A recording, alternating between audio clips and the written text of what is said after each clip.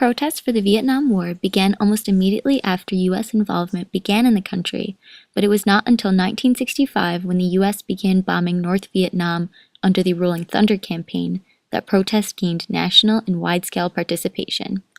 Anti-war marches and protests over the next 3 years attracted thousands of students, with participation peaking in early 1968 after the North Vietnamese launched the successful Tet Offensive, proving that American military involvement was in reality doing very little to bring the war to an end.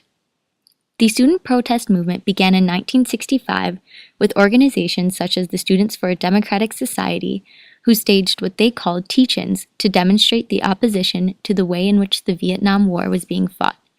They questioned the idea that by bombing North Vietnam, the U.S. was in fact liberating the South Vietnamese people from communist aggression. While still small in 1965, the movement was mostly made up of a liberal minority, including some students as well as influential artists and intellectuals. Hippies, a group that rejected authority and embraced the drug culture of the 1960s, were also involved in the early stages of the anti-war movement. By 1967, the status of the Vietnam War began to fuel outrage among the public and consequently student protests. By 1967, over 15,000 soldiers had been killed in combat in Vietnam, and under the draft system, as many as 40,000 new soldiers could be drafted in a single day. Monetarily, the Vietnam War was now costing the United States more than $25 billion a year. In October of 1967, one of the largest anti-war demonstrations took place outside the Lincoln Memorial, as 100,000 protesters gathered there to display their opposition to the war. Throughout the course of the anti-war movement, however, the most civic unrest occurred on college campuses. Many not only opposed the Vietnam War, but were also involved in the battle for African American civil rights and women's liberation. Throughout the 1960s, an unprecedented number of American youth were enrolled in college, with the number reaching over 9 million students. The basis for protests against the Vietnam War included the fact that some did not think the U.S. should be involved in another country's civil war. Others were opposed to a war on moral grounds, with a third group opposing the war because they believed it diverted funds away from domestic programs that needed the government's attention. One of the most notable student protests was the one that occurred at Kent State on May 4, 1970, that resulted in the shooting of unarmed students by the Ohio National Guard. 4 students were killed in the altercation, with another 9 wounded. Precipitating the deadly protest was the election of President Richard Nixon in 1968 and his pledge to de-escalate the war in Vietnam and withdraw troops. While claiming de-escalation, the Nixon administration approved the temporary invasion of Cambodia in 1969. A student protest held at the Kent College Commons during the day on May 1st escalated by the time night fell, with a mix of students and other residents looting businesses and throwing beer bottles at police cars during the midnight hours. As a result, the mayor of Kent City requested that the Ohio National Guard be sent to preserve peace and order.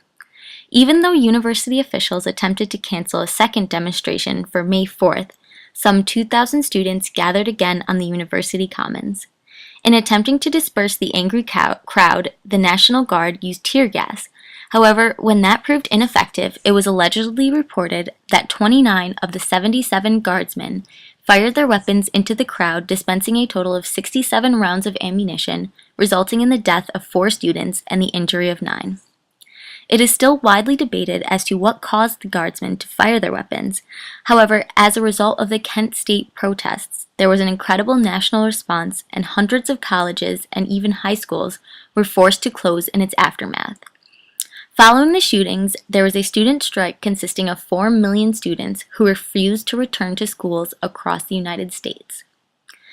As a result of the large-scale student movement against the Vietnam War, many scholars have attempted to explain and evaluate what really caused them and the true level of merit the demonstrations actually had.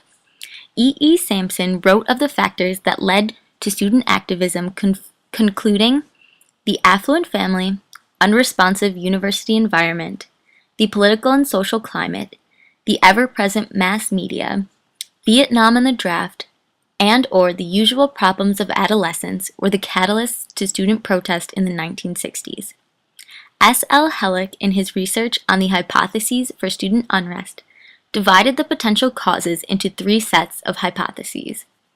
The first attempted to explain it through intrinsic qualities in the student population, including permissive upbringing, too much affluence, or some family pathology. The second group of hypotheses are sympathetic to the student and blame external stimuli. These include the nature of the war in Vietnam, deterioration in the quality of life domestically, and the problems of civil rights. The third set of hypotheses were independent of the student population and included social factors, including the rapid increase in technology and the availability and reliance on mass media. Hellick finds that the last set of social factors were the most persuasive in determining the root of the national participation in student protests.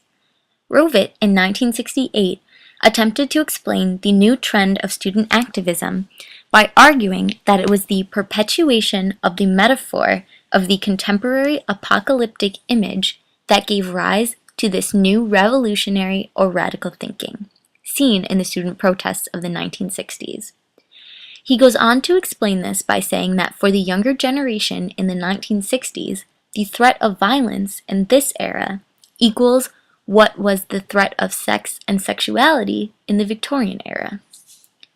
While it is possible to attempt to explain the root and both social and psychological factors that precipitated student protests, there is an overwhelming paradox inherent in this phenomenon. The most obvious is that while student activists engage in protest in order to uphold their individual freedom, they are effectively limiting the freedom of others. Their tactics result in essentially the same type of power struggle they are attempting to rebel against. To understand this more clearly, take the definition of the institution of college itself and the goals of student protest. In the words of former president of the University of Rochester, Alan Wallace, by definition, colleges are communities devoted to the life of the mind. This life is carried on by reason, discourse, and dialogue. There is nothing more contrary to its existence than the use of coercion.